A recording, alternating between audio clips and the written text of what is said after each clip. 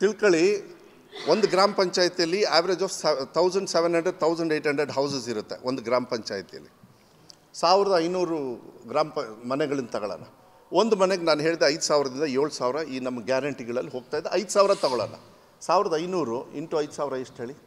75 ಲಕ್ಷ. 75 ಲಕ್ಷ ಒಂದು ತಿಂಗಳಿಗೆ ಒಂದು ಗ್ರಾಮ ಪಂಚಾಯತಿಗೆ ನಮ್ಮ ಸರ್ಕಾರ ಇನ್ವೆಸ್ಟ್ಮೆಂಟ್ ಮಾಡ್ತಾ ಇದೆ. ಒಂದು ವರ್ಷಕ್ಕೆ ಎಷ್ಟಾಯಿತು? 9 ಚಿಲ್ಲರೆ ಕೋಟಿ ಆಗುತ್ತೆ. ವರ್ಷಕ್ಕೆ ನಮ್ಮ ಸರ್ಕಾರ ಒಂದು ಗ್ರಾಮ ಪಂಚಾಯತಿಗೆ 9 ಕೋಟಿ ಕೊಡ್ತಾ ಇದ್ದೀವಿ.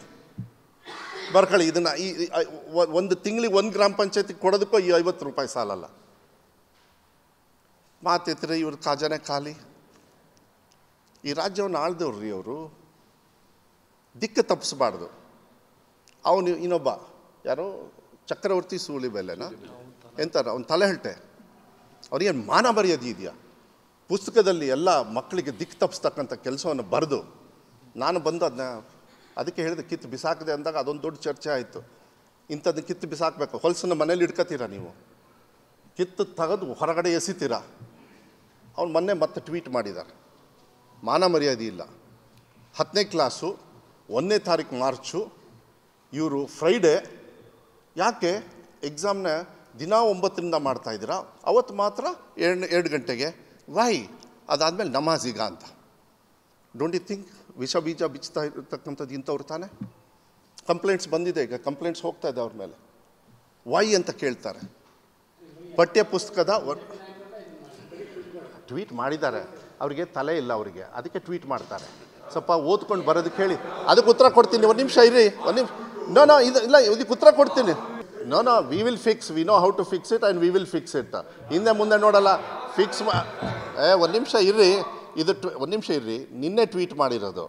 ಈಗ ನಮಾಜ್ದು ಹೇಳಿಬಿಡ್ತೀನಿ. ಇವ್ರು ಹೇಳಿದ್ರಲ್ಲ, ನಮಾಜ್ ಅಲ್ಲ, ಫಸ್ಟಿಂದ ಸೆಕೆಂಡ್ PUC ಎಕ್ಸಾಮ್ ಸ್ಟಾರ್ಟ್ ಆಗ್ತಾ ಇದೆ. ಅದೇ ಶಾಲೆಯಲ್ಲಿ ಬೆಳಗ್ಗೆ ಅವ್ರದ್ದು ಎಕ್ಸಾಮು ಪುಷ್ ಮಾಡಿರೋದಷ್ಟೇ. ಇವ್ರಿಗೊಂದು ಕಾಮನ್ ಸೆನ್ಸ್ ಇಲ್ಲಲ್ರಿ. ಪಠ್ಯ ಪುಸ್ತಕದ ಪರಿಷ್ಕರಣೆಯ ಇವ್ರು ಎಂಥ ಅಧ್ಯಕ್ಷನ ಸುಡುಗಾಡು ಏನೋ ಆಗಿದ್ರು. ಮಾನ ಮರ್ಯಾದೆ ಇದೆಯಾ ಅವರಿಗೆ? ಒಂದು ಕಡೆಗೆ ಸರ್ವಿಸ್ ಮಾಡಿ ಎಲೆಕ್ಷನಿಗೆ ಬಂದ ತಕ್ಷಣ ಎತ್ತುತ್ತಾವೆ ತಲೆನ. ಎಲೆಕ್ಷನ್ ಬಂದ ತಕ್ಷಣ ಈ ಥರದ್ದು ನೋಡಿ. ಇದೆಲ್ಲ ಬಿಟ್ಬಿಡಿ. BJP ಅವರು ನಡೆಯಲ್ಲ. ಭಾವನಾತ್ಮಕ ನಮ್ಮ ರಾಜ್ಯದಲ್ಲಿ, ನಾನು ಇಡೀ ದೇಶದ ನಾನು ಮಾತಾಡೋದಕ್ಕೆ ಹೋಗೋದಿಲ್ಲ, ಅಷ್ಟು ದೊಡ್ಡ ಮನುಷ್ಯ ಅಲ್ಲ.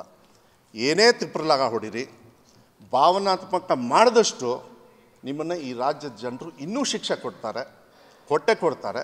ಗೆಲ್ಲೋದು ಗ್ಯಾರಂಟಿನೇ. ಯಾಕೆಂದರೆ ಆ ಓಟನ್ನು, ಗ್ಯಾರಂಟಿಯನ್ನು, ವಿಶ್ವಾಸವನ್ನು ಉಳಿಸ್ಕೊಂಡಿರೋದು ಮಾನ್ಯ ಸಿದ್ದರಾಮಯ್ಯರು ಮುಖ್ಯಮಂತ್ರಿಗಳ ನೇತೃತ್ವದ, ಸನ್ಮಾನ್ಯ DK ಶಿವಕುಮಾರ್ ಅವರ ನೇತೃತ್ವದ ನಮ್ಮ ಸರ್ಕಾರ.